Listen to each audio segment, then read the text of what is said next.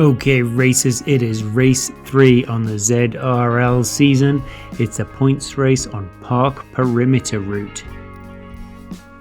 4 laps of New York's Park Perimeter is 39.2 kilometers with a huge 507 meters of elevation. When we see the profile, you'll notice that there's no big hills here, just a sequence of up and down the whole time. We hit the sprint reverse, that's the only preem that we have, but we do hit it 4 times.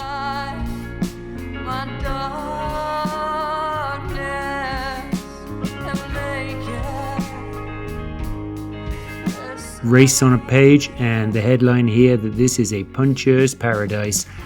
Because of all of those smaller hills, it gives the advantage to anyone that can punch through them and take advantage of the flatter descent on the other side. So let's just take a quick look at what we have here. How many laps? 4, 39.2 kilometers, 507 meters of climbing. The only intermediate or preem is the New York Sprint, and there are FAL and FTS points for each lap, and of course finishing position. Your 3 power-ups are the anvil, which increases your weight, the aero helmet, which obviously makes you a little more slippery for 15 seconds, and the feather, which makes you lighter for 15 seconds. Which bike should you go with? Well, there's loads of climbing, but there are no mountains, which means you want something balanced. If you have Tron, that is absolutely the way to go. I'm bringing back the key attack point slide today because I really think that there are just a few places that will make all the difference for your ride, and those are Harlem Hill, the hill before the sprint through to the sprint, and all the way at the end, Cat's Paw Hill and the approach to it. So Harlem Hill, and we'll take each of these in turn in slow motion as we go through, but Harlem Hill is 1.1 kilometers, averaging 3%, but it is quite tricky to negotiate. It is windy, so you can't see what's going on, but more importantly than that, it starts pretty shallow, but it tightens to over 10%. So that's where you really have to push up and over. And you can see I've marked Harlem Hill on the profile view there, and you can see where it gets slightly more orange as we go through. The second is the hill in the sprint. So the sprint is very short and downhill, but right before it is a little bump up. And so again, kind of like I said with Harlem Hill, the trick here is to power through that bump and use the feather if you have it to maintain your speed and momentum. But then immediately over the top of that short hill is the sprint itself, where both aero and the anvil, whichever of them that you have, will be useful. The third key point is Cat's Paw Hill, which is right at the end of the lap, or I guess right at the end of the race. I have a friend who's raced this a number of times, but she did tell me she didn't want me to use her name, so I removed it. So my anonymous friend says Cat's Paw Hill is challenging just because while everybody is tired, everybody feels like they have to attack on that hill. So expect everybody to be making a move on each of the laps, and on the last lap, of course, trying to win that finishing position. But it is a tough little climb, as you can see from the profile. But the descent ahead of Cat's Paw Hill is a really good place to use aero to pick up speed, or the anvil if you have it to increase your weight and also pick up speed. So there you go. That is the key attack points as I see them. Doesn't mean the rest of the race isn't important, particularly the 3 bumps as you go southbound through the middle of the lap, but I think those are the 3 that will really make a difference. Well, if you've been listening in over the last couple of weeks, you will know that I have attended RaveCon's Recon Ride each Sunday, and 2 weeks ago Cy Bradley was their guest, and last week it was Nathan Guerra. So they are dredging the bottom of the barrel this week with some guy called Sherpa Dave. So I will be, for the first time in my life actually, the yellow marker for the race, and we will be on Park Perimeter Loop, which is of course the race for this week. So come join us on Sunday at 12 p.m. Eastern Standard Time, which is 5 p.m. GMT, which equates to 10 a.m. where I live in the mountain area of Colorado. See you there.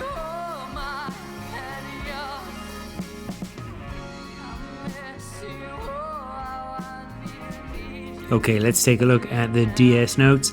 As always, the easiest way to consume this information, I think, is to download it and take a look at it in your library. So there is a link now in the top right hand corner. Follow that link, download for free or for whatever donation you like, and there you go, distribute with your team. I've got the profile view at the bottom, and I've marked with lightning bolts along the side, and there you go. I think the rest is self-explanatory.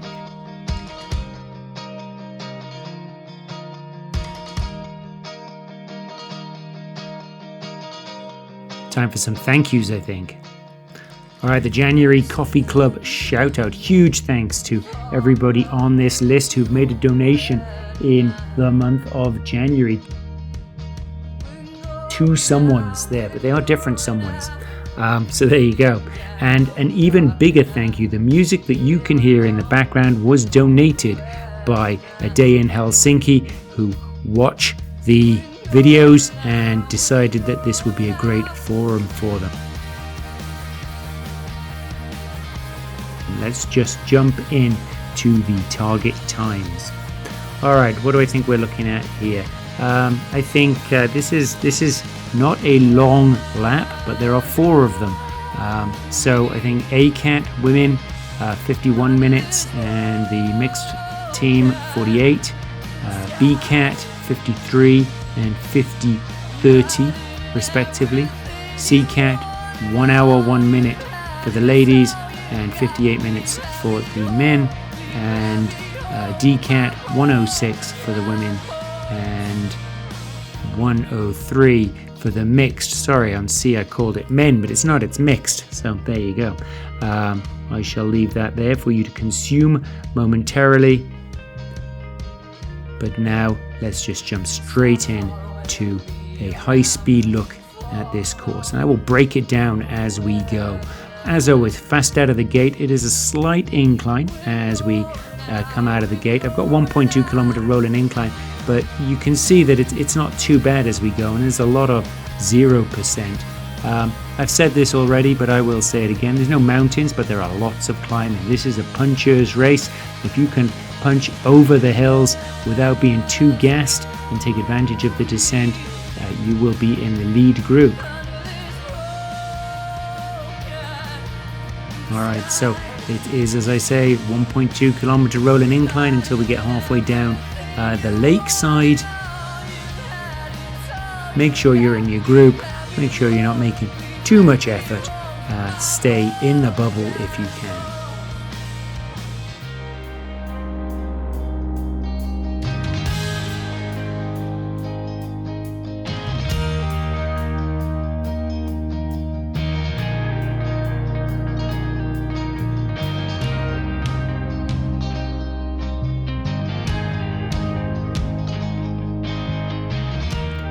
The descent starts as we're coming alongside the lake, and let's just take a pause for a second. The northern loop, we're not quite at the northern loop yet, we're still running down to it, but the northern loop is really the first of our big attack points, and you can see you've got the descent down, a little bit of flat, and then you hit Harlem Hill.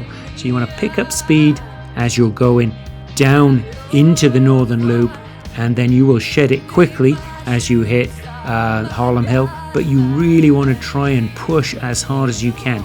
There will be splits at that point. You'll see it when we get there. It sharpens really steeply towards the end after the fork. There you go. I've got the profile view of this section now up in the top left hand side. There's a lot going on the screen at the moment. First 600 meters though, it's pretty gentle, and then it sharpens for the next 300 meters after that.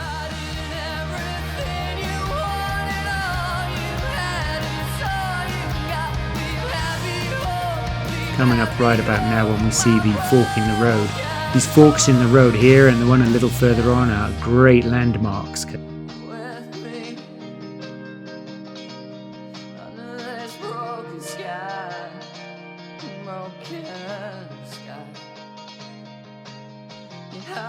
Round the bend and it flattens out, false flat, 400 meters. It's not actually flat, it's a very slight false flat as we go up here. And then at this fork in the road, that's when the hill proper kicks in, although it is gentle to start, 3%, and then it's going to kick up to 6% in a moment.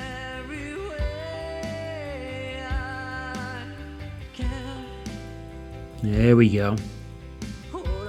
5, now 6. It's going to stay around there as we go around this bend, and at the next fork in the road after that, that's when it tightens up to 10%. So you can break this kind of down into 3 sections, but either way, your job right now is to push as hard as you can to get over the top. So again, another fork in the road, dig deep, and up that grade goes again, 11%.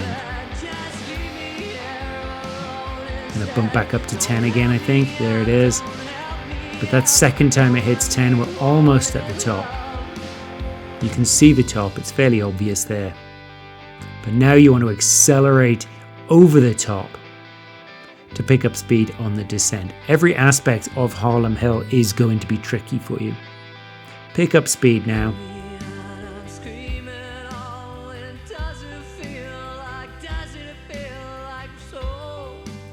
And the next fork in the road, just before it actually, here it is.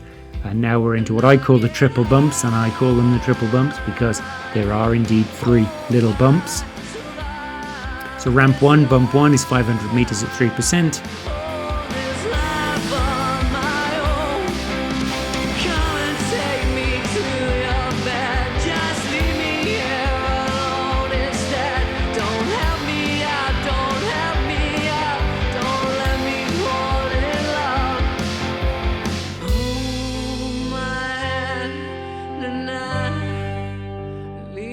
There you go, 100 meters, quick breather, very slight descent. The second bump isn't so bad, it's 300 meters, averaging 1.5%, but it does get up to 3. And I do think that these triple bumps do present another opportunity for splits to happen, particularly late in the race. Everyone is going to be wiped out. Oh, we're at the end of ramp 2 now, heading into a short descent down.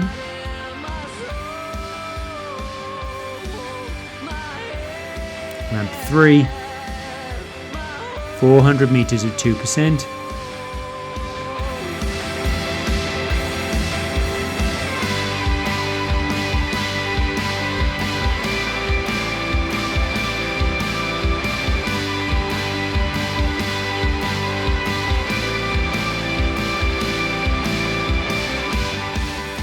There we go, into the descent.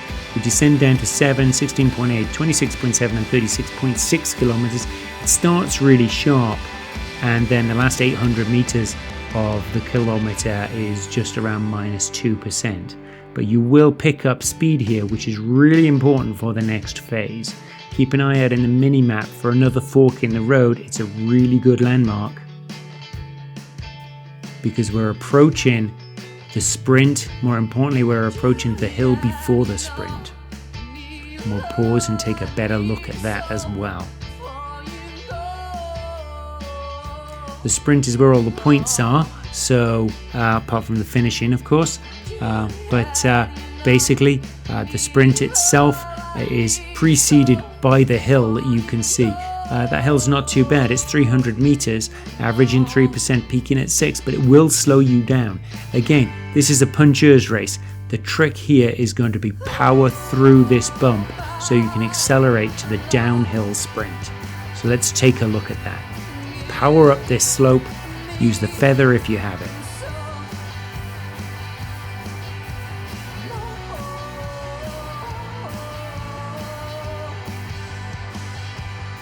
You can can see the sprint gate and the marker.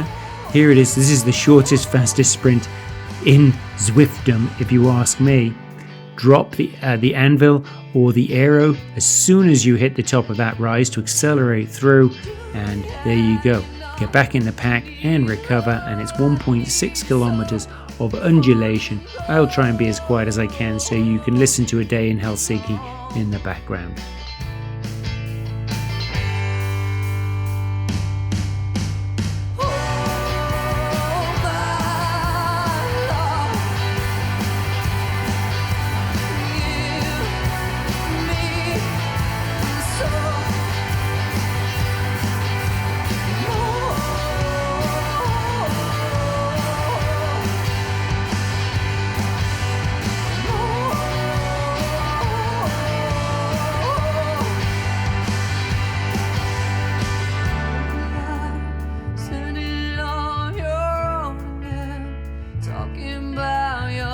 Alright, the last 1.2 kilometer of the lap, and of course the race, if you're on the last lap, it starts with a 600 meter undulating rise up. And again, I've popped up a small version of this in the top left hand side.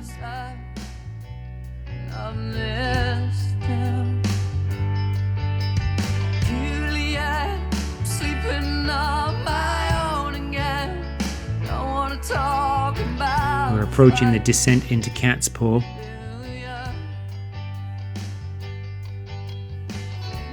Alright, another fork in the road, another change in terrain. Down we go. Use the aero here or drop the anvil if you have it. Pick up as much speed as you can as you head into this ascent, which is Cat's Paw, named because of the shape of the road here. 200 meters, it does top 8% as we're going up here. You can see the finish line. You need to dig as deep as you can. Whether you're on a lap or whether you're on the last lap, doesn't really matter. Push, push, push as hard as you possibly can across the line. As always, I will leave you with the tunes in the background. If I don't talk to you before Tuesday, ride on everybody.